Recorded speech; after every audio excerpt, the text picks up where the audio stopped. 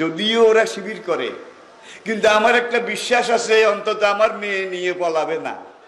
আল্লাহু আকবার, আল্লাহু আকবার। এটা হলো ইসলাম। দেখুন 1000 বছর আগে নাজ্জাশী সেখানে আমর ইবনুল আস নবী ইসলাম সাহাবাদের বিরোধিতা করার জন্য গেছে।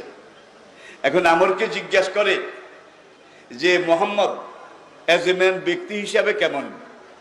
আমর ইবনুল আস বলে, রাজনৈতিক কারণে মোহাম্মদের বিরোধিতা করি, সমাজ স্বার্থের নামে ব্যক্তি স্বার্থের নামে মোহাম্মদের বিরোধিতা করি, তার নতুন ধর্মেরও বিরোধিতা করি, কিন্তু সত্য কথা হলো মোহাম্মদের মতো মানুষ আরবে আরেকজন নাই।